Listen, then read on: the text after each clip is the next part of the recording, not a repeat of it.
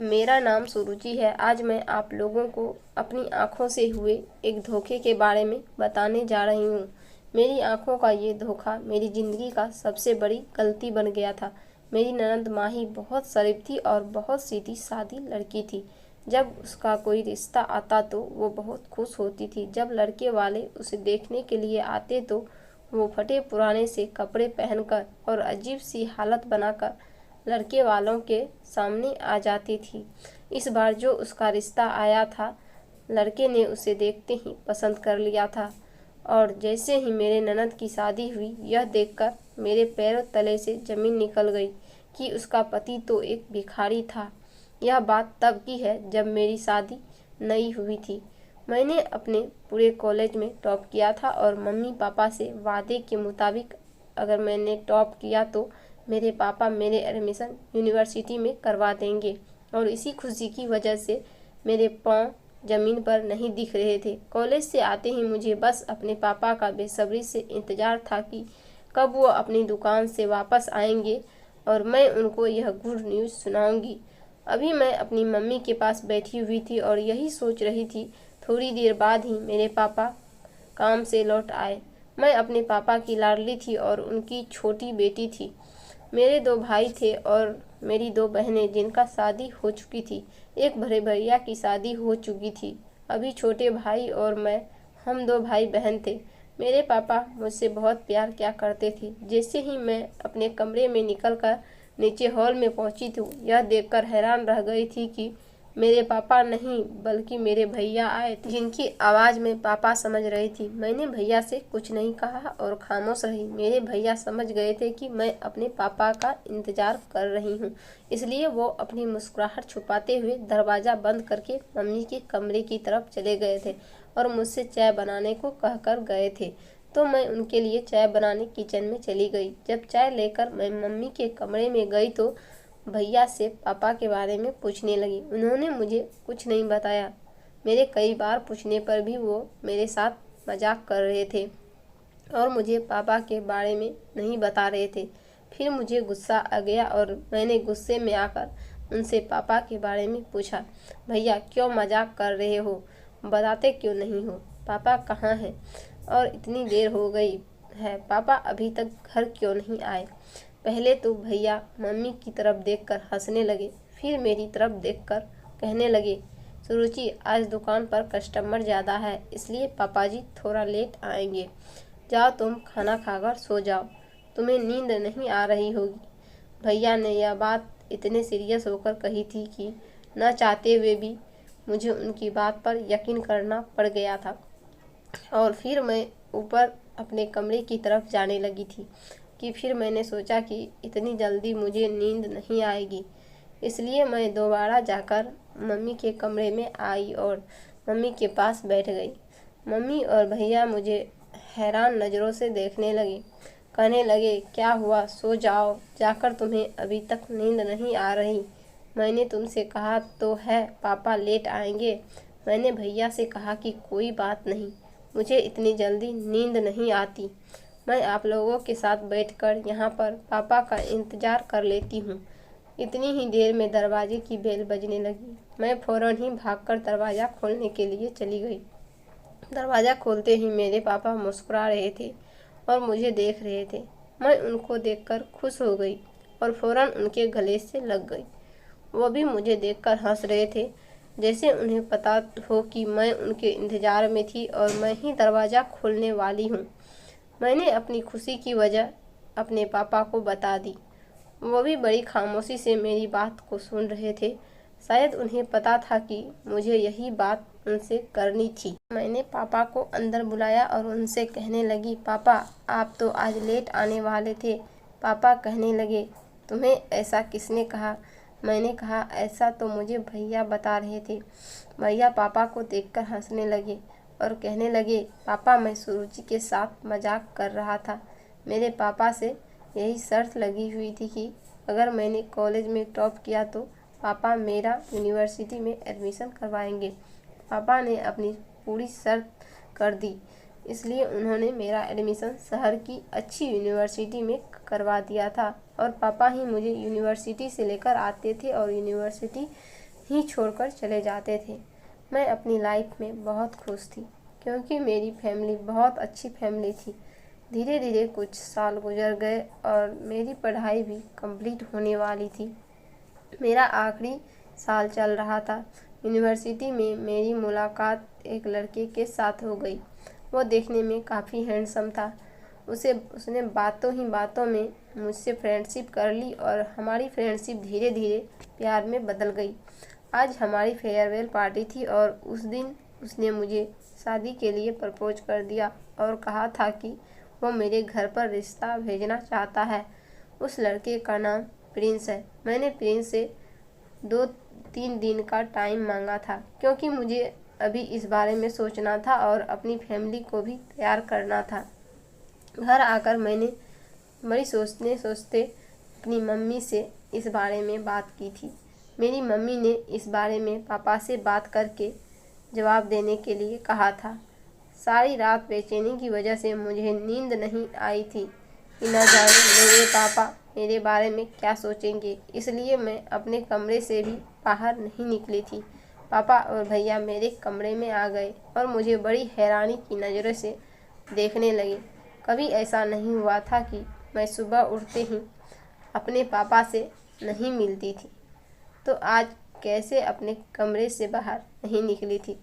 पापा मेरा इंतज़ार करते करते मेरे कमरे में आ गए थे क्योंकि उन्हें सुबह 10 बजे तक अपनी इलेक्ट्रॉनिक शॉप पर भी जाना होता था। पापा ने मुझसे कहा, क्या हुआ सुरुचि, आज तुम अपने कमरे से बाहर क्यों नहीं निकल रही हो, जबकि तुम तो रोज़ 7 बजे ही उठ जाती हो। पापा और भैया के पीछे पीछे मम्मी भी मेरे कमरे में आ गई थी।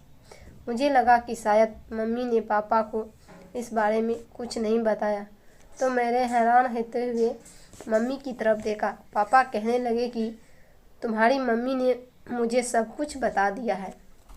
मैंने पापा से कहा, मेरी आपको फेस करने की हिम्मत नहीं हो रही थी। पापा ने कहा, यह कोई गलत बात नहीं है बेटी, तुमने हमें अपने पसंद के बारे में बताया, यह तो अच्छी बात है। बच्चों को गलत कदम नहीं उठाना चाहिए, बल्कि अपनी पसंद के बारे में अपने पेरेंट्स को पहले ही बता देना चाहिए।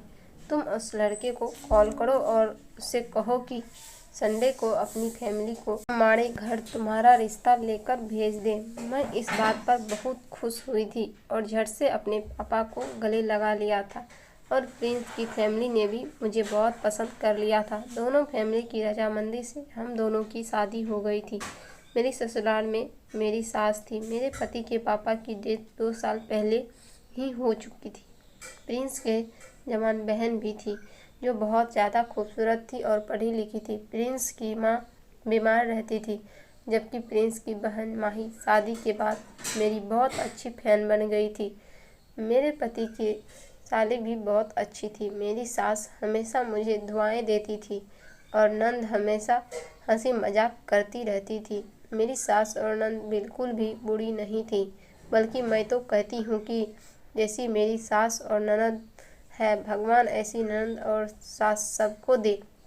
मेरी सास ने हमेशा मुझे अपनी बेटी की तरह समझा और मेरी ननद ने मुझे हमेशा अपनी बड़ी बहन समझा था। मेरी ननद बहुत शरीफ लड़की थी। वो हमेशा से ही अपने भाई के साथ ही कॉलेज जाती थी और उसके साथ ही कॉलेज से वापस आती थी।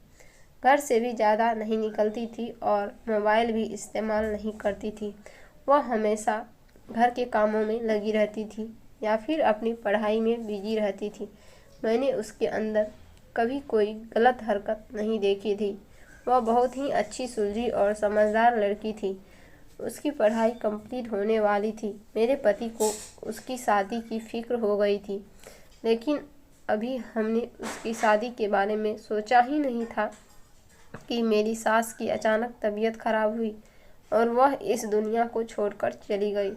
यह सदमा हमारे दिल के लिए बहुत बड़ा सदमा था, लेकिन मेरी सास की ख्वाहिश थी कि वो अपनी बेटी की शादी जल्द से जल्द करना चाहती थी।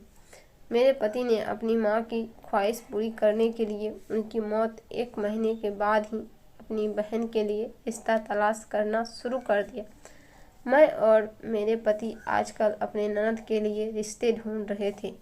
मेरे ननद के लिए जो भी रिश्ता आता वह घबरा जाती थी। वह बहुत सीधी थी। उसने कभी दुनिया की लड़कियों जैसा फैशन भी नहीं किया था। यहाँ तक कि वो मेकअप करना भी नहीं जानती थी। वो सिंपल ही लड़के वालों के सामने बैठ जाती थी और बहुत ही पुराने कपड़े पहन लेती थी, और ऐसी हालत में उसकी खूबसूरती कहीं छुप जाती थी और फिर लड़के वाले उसको रिजेक्ट करके चले जाते थे। मगर इस बार जो उसका रिश्ता आया था, वह लड़के ने देखते ही मेरी ननद को पसंद कर लिया था और हमारे घर में शादी की तैयारी शुरू हो गई थी। हमें भी लड़का और उसकी फैमिली पसंद थी और किसी तरह से मेरे ननद की शादी हो गई थी और मेरे पति अपनी जिम्मेदारी से फ्री हो गए थे और वो अपने ससुराल में बहुत खुश रहती थी। एक दिन मैं मंदिर गई थी तो मंदिर की सीढ़ियों पर अपने ननद के पति को देखकर मेरे पैरों तले से ज़मीन निकल गई थी। वो मंदिर की सीढ़ियों पर खड़ा हुआ लोगों से भीख मांग रहा था और आते जाते लोग उनको पैसे दे रहे थे और मैं नंद का पति बड़ी खुशी और सुकून के साथ लोगों से भीख मांग रहा था। कोई भी देखने वाला उनको भी कारी ही बता सकता था। मैं सड़क पर करके मंदिर की तरफ बढ़ा ही रही थी कि अचानक मेरे मोबाइल पर मेरे पति की कॉल आ गई। उन्होंने मुझसे कहा कि जल्दी घर आ जाओ, घर पर मेहमान आए हैं। कॉल से ध्यान है आकर मैं सीधा पहले अपने ननद के पति की तरफ जाने लगी, जो मंदिर की सीढ़ियों पर बैठे हुए नजर हमारी इज्जत नीलाम कर रहे थे। मैं बहुत गुस्से में उनकी तरफ जा रही थी, लेकिन मेरे जाने से पहले ही वहाँ से जा चुका था। मैं रिक्शा करके जल्दी से अपने घर की तरफ चल गई। मैं जल्द से जल्द घर पहुँचना चाहती थी, इस बारे में प्रिंस से बात कर सकूं। यही सोचते हुए मैं घर पहुंची तो घर के अंदर से मेरे पति के हंसने की आवाज़ आ रही थी। इसका मतलब था कि घर पर मेहमान आ चुके हैं। तो मैं जल्दी से अपने कमरे की तरफ गई और अपना हुलिया ठीक करके मेहमानों के पास चली गई, लेकिन वहां मौजूद मेहमान को देखकर मेरे पैरों तले से ज़मीन निकल गई थी, क्योंकि वहां पर कोई और नहीं, मेरे ननद का पति मेरे पति से बातें करने में बहुत बिजी था। मुझे देखकर हमेशा की तरह उसने इज्जत के साथ मुझे नमस्कार किया और वहाँ पर मेरी ननद भी मौजूद थी। वह भी मुझे देखते ही खड़े होकर मुझे गले लगा ली, जबकि मैं अभी तक शौक में खड़ी हुई थी, क्योंकि अभी कुछ देर पहले ही मैंने अपने ननद के पति को भिखारी के रूप में देखा था, जबकि वही मेरा नंदोई अच्छे होलिया में मेरे सामने बैठा हुआ था। हमेशा की तरह बहुत अच्छे और इज्जत के तरीके से वह हम लोगों से बात कर रहा था और मेरे ननद के चेहरे की खुशी देखकर भी नहीं लगता था कि उसका पति भिखारी हो सकता है। अपना बड़ा सा बंगला, बड़ी सी कार और बहुत सारे सोने के जेवरात पहने हुए उसे देखकर नहीं लगता था कि वह अपने ससुराल में खुश नहीं है, लेकिन मैं उस इंसान की शक्ल को नहीं भुला पा रही थी जिसको मैंने मंदिर की सीढ़ियों पर बैठे हुए देखा था। मेरी कुछ भी समझ में नहीं आ रहा था कि मैंने किसको देखा था। मैं ऐसी हालत में थी कि मैं कुछ बोल ही नहीं पा रही थी। मेरे पति को लगा कि शायद मेरी तबीयत ठीक नहीं है, इसलिए मैं खामोश हूँ। मेरी ननद और उसके पति को हमारे घर आए हुए 2 घंटे हो गए थे, लेकिन मैं अभी तक कंफ्यूज से नहीं निकल पा रही थी। कभी कभी तो मेरे दिमाग में ये ख्याल आ रहा था कि कहीं वो मेरे नंदोई का जुड़वा तो नहीं। मेरी ननद के घर से जाते ही मैंने अपने पति को सारी बात बता दी। वह मेरी बात सुनकर मुझे देखकर खूब हंसने लगे, जबकि मैं बड़ी हैरानी से उनकी तरफ देख रही थी, क्योंकि वो मेरी बात से साफ इनकार कर रहे थे। मेरे पति ने कहा कि तुम्हें कोई वहम हुआ होगा, और मैं भी इस बात को अपना वहम समझकर भूल गई थी। इसी तरह से दिन गुजरते चले गए। दिन अच्छे तरीके से गुजर रहे थे, किसी चीज़ की कोई परेशानी नहीं थी। मैं अपने पति के साथ बहुत खुश थी और मेरी ननद भी अपने ससुराल में बहुत खुश थी। लेकिन 1 साल बाद यह कहानी फिर से दोहराई गई। मेरे ननद और उसके पति की एनिवर्सरी थी और उसने हमें इनवाइट किया था। वो शॉपिंग करने के लिए मार्केट गई थी ताकि अपनी ननद के लिए गिफ्ट ला सकूं। और घर वापस लौटने से पहले मैंने ड्राइवर से मंदिर की तरफ जाने के लिए कहा। मैं रोज़ प्रार्थना करने के लिए मंदिर जाती थी क्योंकि मेरी शादी को काफ़ी टाइम हो गया था। अभी तक मेरे पास कोई औलाद नहीं था। मैं आज मंदिर में भिखारियों को खाना बांटने के लिए गई थी। वहाँ पर सारे भिखारी लाइन में बैठे हुए थे और मैं उन सबको अपने हाथों से खाना दे रही थी और साथ साथ अपनी औलाद की खुशी देखने के लिए भी प्रार्थना करने के लिए कह रही थी। लेकिन जब मैं आखिर में एक भिखारी को खाने की प्लेट देने लगी तो वह भिखारी मेरे ननद का पति था। इससे पहले मैं उनसे कुछ कहती, पीछे से किसी ने मेरे कंधे पर हाथ रखा। मैंने जैसे ही पलटकर देखा, वो मेरी कॉलेज की फ्रेंड थी। मेरी फ्रेंड मुझसे बहुत दिनों के बाद मिली थी, इसलिए मेरी लाइफ के बारे में पूछ रही थी। मैं उसकी बातों में लग गई थी, लेकिन उसके जाते ही जैसे ही मैंने पीछे पलटकर देखा तो वहाँ पर कोई नहीं था। यहाँ पर कोई भी भिखारी नहीं था। सारे भिखारी यहाँ से जा चुके थे। मैं वहाँ पर खड़े होकर अपने नंदोई को ढूंढने लगी, जो भिखारी के रूप में था। 1-1.5 घंटा लगातार मैंने उसको पूरे मंदिर में तलाश किया, लेकिन वो मुझे कहीं पर भी नज़र नहीं आया। उसके बाद मैं थक हार कर अपने घर को वापस लौट आई, मगर मेरा दिमाग अभी भी कंफ्यूज हो रहा था। मैं बहुत परेशान थी क्योंकि 1 साल पहले भी मेरे साथ यही सब कुछ हो चुका था। मेरे ननद का पति, जिसको मैंने भिखारी की हालत में देखा था, आज फिर वही भिखारी था जो मेरा नंदोई था। और आज मैंने अपने पति से इस बारे में क्लियरली बात करने का फैसला कर ली थी। वो दरवाजे के पास खड़ी हुई टहल रही थी। जैसे ही मेरे पति घर में दाखिल हुए, उन्होंने मेरी तरफ देखा तो मैं चेहरे से भी परेशान लग रही थी। उन्होंने मुझे देखते ही पूछा कि क्या हुआ है, क्यों टहल रही हो, तुम्हारी तबीयत तो ठीक है ना। मैंने अपने हाथ में अपने पति का बैग पकड़ा और अपने पति को आज की हुई सारी बात बता दी। वो एक बार फिर उस बात को मेरा वहम कहकर टाल रहे थे, क्योंकि उनका कहना था कि वह भी तो रोज़ घर से निकलते हैं ऑफिस जाने के लिए या किसी और काम के लिए। तो रास्ते में उन्होंने तो ऐसा आज तक कुछ भी नहीं देखा जैसा कि मुझे दिखाई देता है। अगर उनकी बहन का पति भिखारी है तो किसी और को क्यों नहीं नज़र आता है। और उनकी इस बात ने मुझे शॉक कर दिया था। मैंने नौकरानी को खाना लगाने के लिए कहा, क्योंकि मैं अपने पति की इस बात से गिरी थी कि मेरे सिवा किसी ने भी मेरे ननद के पति को भिखारी के रूप में नहीं देखा था। लेकिन भिखारी तो हर जगह घूमते हैं, तो वो मेरे अलावा किसी और को क्यों नहीं दिखाई देता। मैं सोच सोच कर परेशान हो गई थी। हम दोनों हस्बैंड वाइफ ने खाना खाया। इन खाना खाते हुए भी मेरे दिमाग में वही सारी बातें घूम रही थी। फिर मैंने नौकरानी से चाय बनाने को कहा। मेरे और मेरे पति के लिए कमरे में ही चाय लेकर आ गई थी। मैंने अपने ननद के घर एनिवर्सरी में ले जाने के लिए जितने भी शॉपिंग की थी, वो साड़ी अपने पति को दिखाने लगी। कल हम लोगों को अपनी ननद के घर में जाना था। हम दोनों बहुत ज़्यादा रिलैक्स फील कर रहे थे और एक दूसरे के साथ बातों में बिजी थे। अगले ही दिन शाम के टाइम पर हम लोग कार से अपनी नंद के घर जाने के लिए निकल गए। तो सामने फिर से मैंने जो भिखारी को देखा, जो मेरी ननद के पति जैसा लगता था। दोबारा से उसको देखकर मैं हैरान रह गई थी कि दूसरे अधिकारियों के साथ खड़ा हुआ भीख मांग रहा था। तो मैंने जल्दी से अपने पति को इशारा करते हुए दिखाया जहाँ पर वह भिखारी खड़े हुए थे।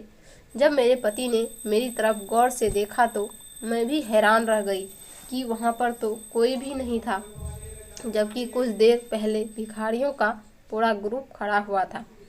मेरे प्रिंस कहने लगे, सुरुचि, लगता है तुम्हें चश्मे की ज़रूरत है। तुम अपने दिमाग पर ज़्यादा ही स्ट्रेस लेने लगी हो।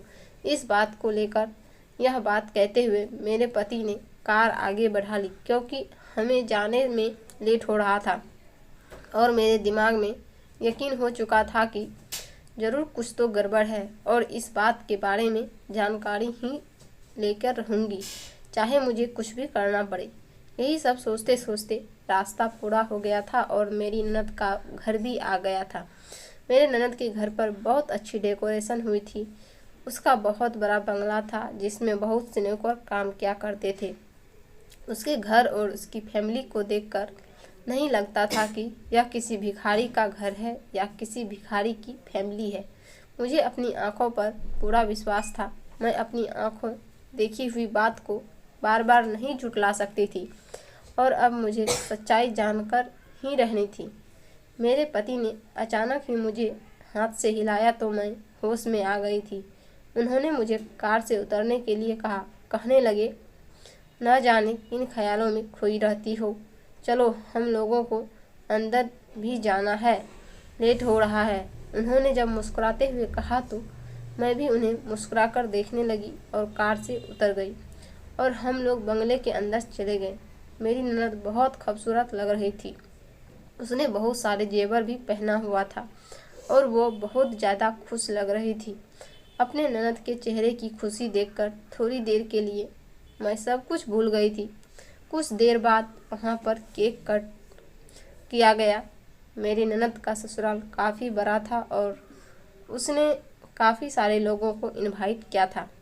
हर कोई वहाँ पर मेरे ननद की खूबसूरती और उसकी आदत के बारे में तारीफ़ कर रहे थे और साथ ही साथ उसके पति की भी बहुत तारीफ़ कर रहे थे। ये सारी बातें सुनकर मुझे और मेरे पति को बहुत खुशी मिल रही थी कि मेरी बहुत किस्मत वाली है जो उसे इतने अच्छे ससुराल वाले मिले हैं। अभी हम लोग केक कट करने के बाद फ्री ही हुए थे कि इतनी ही देर में मैंने अपने नंदोई को घर से साइड पर जाते हुए देखा। मैं ना चाहते हुए भी अपने ननद के पति का पीछा करने लगी। जब वहाँ पहुँची तो हैरान रह गई कि ये यही भिखारी का ग्रुप था जिसको मैं हर बार देखा करती थी। उनके सामने खड़े होकर ननद का पति उन लोगों को खाना सर्व कर रहा था। लोगों को बहुत ही ज़्यादा इज्जत दे रहा था, जैसे वो लोग कोई भी कार्य नहीं बल्कि बहुत बड़े लोग हैं। मैं यही सोच रही थी कि मैं इस बारे में अपनी पति से पूछ लूं, लेकिन फिर मेरे दिल में ख्याल भी आता कि कहीं उनका बुरा न लग जाए, उन्हें ऐसा न लगे कि भाभी मुझ पर शक कर रही है। यह सोचकर मैं पीछे पलटने लगी तो उसी वक्त मेरे नंदोई ने पीछे पलटकर देखा तो मैं हैरान रह गई थी, जबकि मेरा नंदोई मुस्कुराते हुए मेरी तरफ देख रहा था। वह कहने लगा, भाभी आप यहाँ क्या कर रही है? क्या हुआ? आपको कुछ चाहिए? मैंने कहा, नहीं नहीं, मुझे कुछ नहीं चाहिए, बस वो मेरा दिल थोड़ा घबरा रहा था तो मैंने सोचा यहीं कहीं टहल लेती हूँ। मैंने झूठ बोलते हुए अपने मतलब की बात पूछी। कहा, आप यह क्या कर रहे हैं और ये लोग कौन हैं? तो मेरी ननद के पति ने मुस्कुराते हुए कहा, भाभी ये लोग भिखारी हैं। यह इन गरीबों का हक है। अगर हम इन्हें भूल जाएंगे तो हमारे देश में गरीबी कभी नहीं मिटेगी। जब हम ही अपनी खुशियाँ में इन गरीब लोगों को याद नहीं रखेंगे तो फिर लोगों का क्या होगा? हमें तो इस देश से गरीबी को ख़त्म करना चाहिए, लेकिन हम भूखे गरीब लोगों की मदद नहीं करके अपने देश में गरीबों को और ज़्यादा बढ़ावा दे रहे हैं।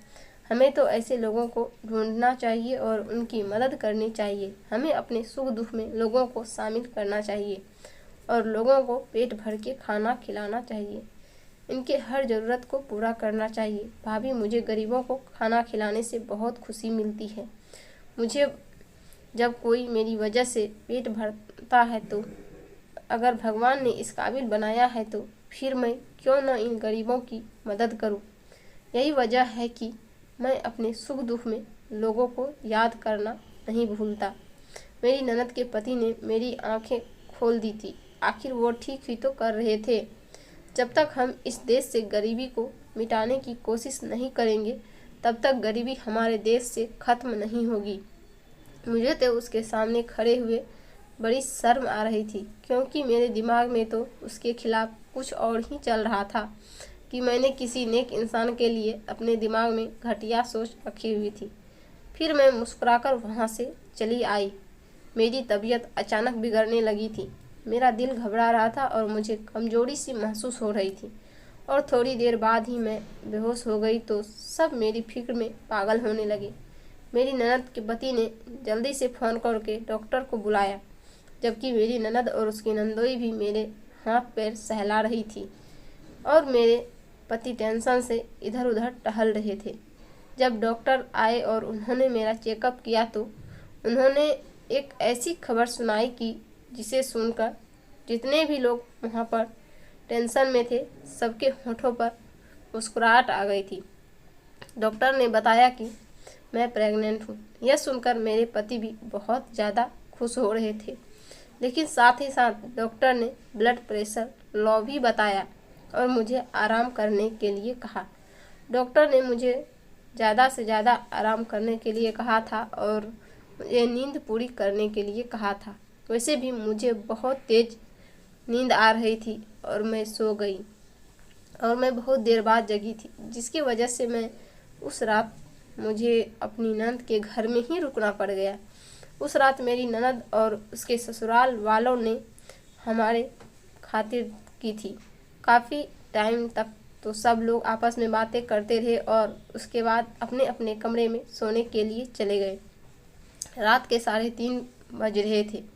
जब मेरी प्यास की वजह से आँख खुली तो मैंने इधर उधर देखा और मैं जगह को पहचानने की कोशिश कर रही थी, क्योंकि मेरे सर में बहुत दर्द हो रहा था और मुझे कुछ ठीक से याद नहीं आ रहा था। हल्की हल्की रोशनी होने की वजह से कुछ समझ नहीं आ रहा था, मगर अपने बराबर में अपने पति को सोते हुए देखा तो मेरे अंदर थोड़ी हिम्मत आ गई थी और मेरे दिमाग ने काम करना शुरू किया। तो पता चला कि मेरी तबीयत ठीक नहीं थी और मैं यहीं पर सो गई थी। और उस टाइम में मैं अपने घर नहीं बल्कि अपनी ननद के घर पर हूँ। मुझे बहुत तेज़ प्यास लग रही थी। शायद टेबल पर जग रखा हुआ था, लेकिन उसमें भी पानी नहीं था। शायद रखना भूल गए होंगे। मैंने सोचा अपने पति से पानी लाने के लिए बोल देती हूँ, लेकिन मेरे पति बहुत ज़्यादा गहरी नींद में सो रहे थे, इसलिए मैंने उनको उठाना बेहतर नहीं समझा। सोचा कि खुद ही जाकर पानी ले आती हूँ। धीरे धीरे चलकर मैं अपने कमरे से निकल गई और थोड़ी ही देर पर मुझे किचन नज़र आ गया। मैंने जल्दी से पानी पिया और कमरे की तरफ आने लगी। तभी अचानक मुझे किसी की बातें करने की आवाज़ आ रही थी। वह मेरे ननद का कमरा था। वह दोनों पति पत्नी आपस में कुछ बातें कर रहे थे।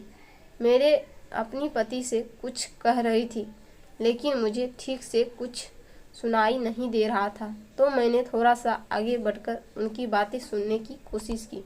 मुझे उन लोगों की बातें तो नहीं सुननी चाहिए थी, यह गलत था, लेकिन जो मैंने सुना तो वह बहुत डरने में डालने वाली बात थी।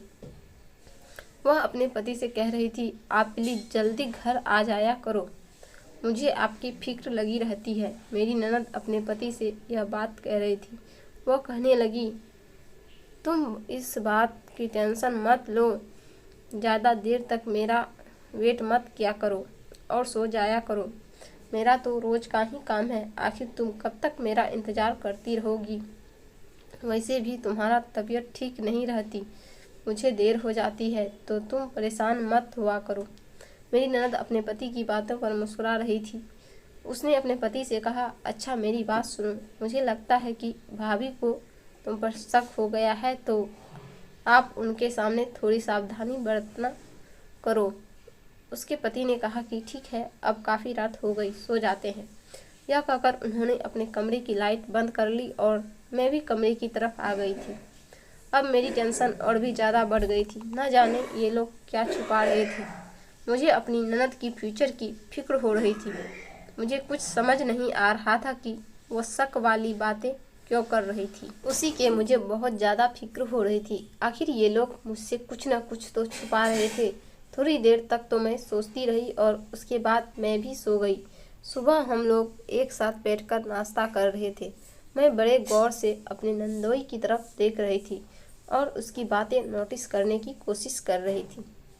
तभी अचानक मेरे पति ने कहा कि सुरुचि, तुम्हें अब अपने खाने पीने का बहुत ज़्यादा ख्याल रखना है। मैं अपने पति की बात पर मुस्कुरा दी थी, लेकिन मुझे कुछ खाने का मन नहीं कर रहा था। लेकिन सबके कहने के मुताबिक मैं फिर भी थोड़ा बहुत खा रही थी। नाश्ते के बाद मेरे पति ने मुझसे घर चलने के लिए कहा, जबकि मुझे यहाँ पर रुककर सच्चाई का पता लगाना था और मैं यहाँ पर रुकना चाहती थी, लेकिन मेरे दिमाग में यहाँ पर रुकने के लिए कोई बहाना समझ नहीं आ रहा था। लेकिन अचानक मेरी ननद बोल पड़ी और मेरे पति से कहने लगी, आज रात तक और भाभी को यहाँ पर रुकने दीजिए। अब तो आप घर जाते ही ऑफिस चले जाओगे तो भाभी घर पर अकेली रह जाएंगे। आप भाभी को यहीं रहने दो। रात को जब आप ऑफिस से घर जाओगे तो भाभी को लेते चले जाना। मेरी हालत देखते हुए मेरे पति इस बात पर तैयार हो गए और मैं अपनी ननद के घर पर रात तक के लिए और रुक गई थी। मेरे ननद के नंद और जेठानी भी वहाँ पर रुकी हुई थी। मेरे ननद का पति अपने सब भाई बहन से छोटा था और अपनी पूरी फैमिली का लाडला था। माही मुझे आराम करने के लिए कमरे में ले गई। मेरी ननद मुझे कमरे में छोड़कर आराम करने कहकर खुद बाहर चली गई। मुझे बड़ी टेंशन हो रही थी कि मैं किस तरह से सच्चाई का पता लगा सकूं, क्योंकि मेरे पास सिर्फ रात तक ही टाइम था। लेकिन सुबह के 11 बज रहे थे। मैंने आखिरी बार अपने नंदोई को सुबह के 8 बजे नाश्ते की टेबल पर देखा था और अभी तक वो मुझे कहीं दिखाई नहीं दिया। और यही बात मुझे बड़ा परेशान कर रही थी कि आखिर वो कहाँ पर है। यही सब सोचते हुए मैं बेड से उतरकर टहल रही थी और मैं खिड़की में खड़ी हो गई। मुझे मेरा नंदोई घर के बैक साइड की तरफ देख रहा था और साथ में उनके साथ वही भिखारी ग्रुप भी मौजूद था, मगर आज उन लोगों ने अच्छे कपड़े पहने हुए थे और वो लोग एक कमरे के अंदर चले गए और मुझे कुछ गलत होने का एहसास हो रहा था और मैं चुपचाप खड़ी हुई वहाँ से सब कुछ देख रही थी। कुछ देर बाद जब वो लोग कमरे से बाहर निकले तो मेरे पैरों तले से ज़मीन निकल गई। जब वो लोग बाहर निकले तो भिखारी के कपड़े पहने हुए थे और सब लोग लाइन से खड़े थे, लेकिन मेरे नंदोई और लोगों को कुछ समझा रहा था। ऐसा लग रहा था जैसे वो लोगों को किसी चीज़ के ट्रेनिंग दे रहा था। मैं बहुत कंफ्यूज थी कि आखिर ये सब कुछ क्या हो रहा है। वो उन्हें किसी परफेक्ट ट्रेनर की तरह समझा रहा था और वो उसकी बात मान रहे थे। दूर होने की वजह से ज़्यादा समझ में कोई बात नहीं आ रही थी। अब मेरा नंदोई हाथ में मैप लेकर उन्हें कुछ समझा रहा था। वो शायद उनका काम करने का तरीका समझा रहा था। लगभग आधा घंटा मेरे नंदोई ने उन्हें ट्रेनिंग दी, जबकि मुझे उस पर बहुत गुस्सा आ रहा था और दिल कर रहा था कि अब भी उसकी सारी सच्चाई सबके सामने खोल दूं, जो अमीर और जवान होने के बावजूद भी लोगों को लूट रहा था। वो लोग अपने हुलिया बदलकर दूसरे दरवाजे से निकलकर बड़ी वैन में बैठकर चले गए, तो मैं भी वहाँ से हट गई और बेड पर आकर लेट गई। इतना सब कुछ देखने के बाद मेरे सर में दर्द और भी ज़्यादा होने लगा था। मुझे हैरत इस बात पर हो रही थी कि मेरी ननद अपने पति का कैसे साथ दे सकती है। अभी मैं यही सब सोच रही थी और सोचते सोचते ही सो गई थी।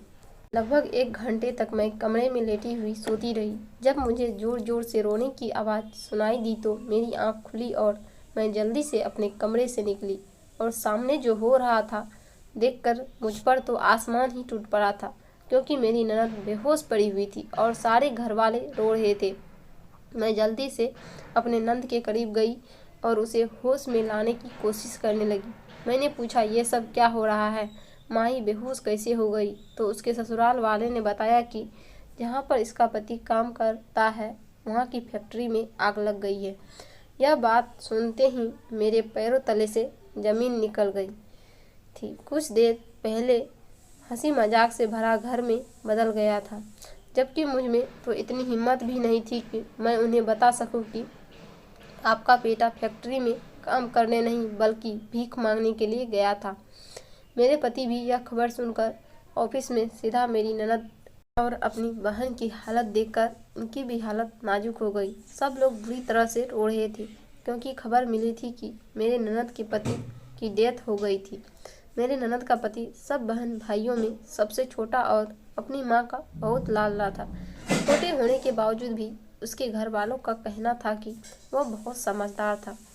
मेरी ननद के ससुराल वालों का कभी रो रो कर बुरा हाल था। मेरी ननद अपने ससुराल में बहुत खुश रहती थी। इस बंगले के अलावा और भी उनके काफ़ी सारे घर थे और गांव में ज़मीन पड़ी हुई थी। सुनने में यही आया था कि मेरे ननद का पति बहुत अच्छी कमाई करता था। हमें रिश्ता करते टाइम तो फैक्ट्री का मैनेजर होने के बारे में बताया गया था और देखने से भी उनकी फैमिली पढ़े लिखे और समझदार लगती थी और मेरे ननद को भी पलकों पर बिठाकर रखते थे। मगर शायद उसके पति की ज़िंदगी इतनी ही लिखी थी। वह बेचारी इतनी जल्दी विधवा हो गई थी कि रात का टाइम होने वाला था, लेकिन माही के पति का अभी तक कोई पता नहीं था। वह कहाँ है, जिंदा भी है या नहीं, क्योंकि लोगों का कहना था कि वह मर गए हैं। मेरी ननद ने रो रो कर अपनी हालत ख़राब कर ली थी। अब सब लोग भी बहुत ज़्यादा बुरी तरह से रो रहे थे। रात के 10 बज गए थे, लेकिन मेरे ननद के पति का अभी तक कोई पता नहीं चला था कि तभी बाहर से आते हुए लोगों ने सबका ध्यान बता दिया था। जो सबने देखा वह सब लोग देखते ही रह गए और देखने वाले को अपनी आंखों पर यकीन नहीं आ रहा था, क्योंकि सामने ही मेरे ननद का पति और उसके साथ काफ़ी सारे लोग जो भिखारी बनकर उसके साथ गए थे, वह भी उसी के पीछे ही खड़े हुए थे। जबकि हम सब आगे बढ़कर उनको देख रहे थे कि यह हकीकत है या सपना। सबसे पहले मेरी ननद दौड़कर अपने पति के गले लग गई और अपने पति को छू छू कर यकीन करने की कोशिश कर रही थी कि उसके सामने उसका पति ही खड़ा है या फिर ये आंखों का धोखा है।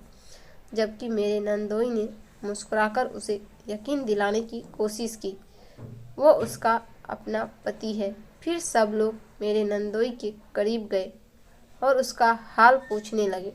मैं भी अपने नंदोई की तरफ गई और बड़ी हैरानी से उनकी तरफ देख रही थी, तो वो सबको अपने पास बैठाकर साथ होने वाले हादसे के बारे में बताने लगे और मेरी तरफ देखकर कहने लगा, भाभी मैं जानता हूँ आप पहले दिन से ही मुझ पर शक कर रही है कि कैसे मैंने आपकी ननद को पसंद कर लिया, जबकि दूसरे लोग आपके ननद को देखकर इनकार कर दिया करते थे।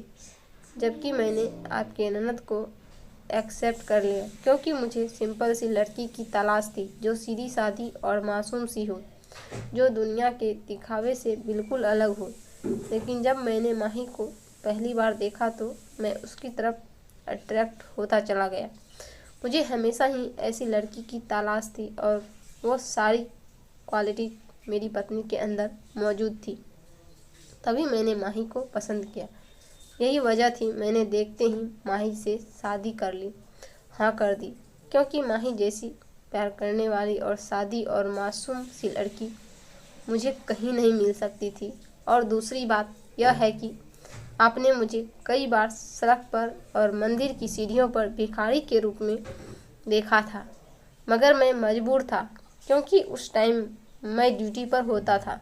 कुछ लोग भिखारी के भेष में छोटे और मासूम बच्चों को पकड़ रहे थे, जिनका हमने 1 साल पहले पता लगा लिया था, लेकिन उनके गैंग के अभी कुछ लोग बाकी रह गए थे जिनको हम पकड़ने की कोशिश कर रहे थे।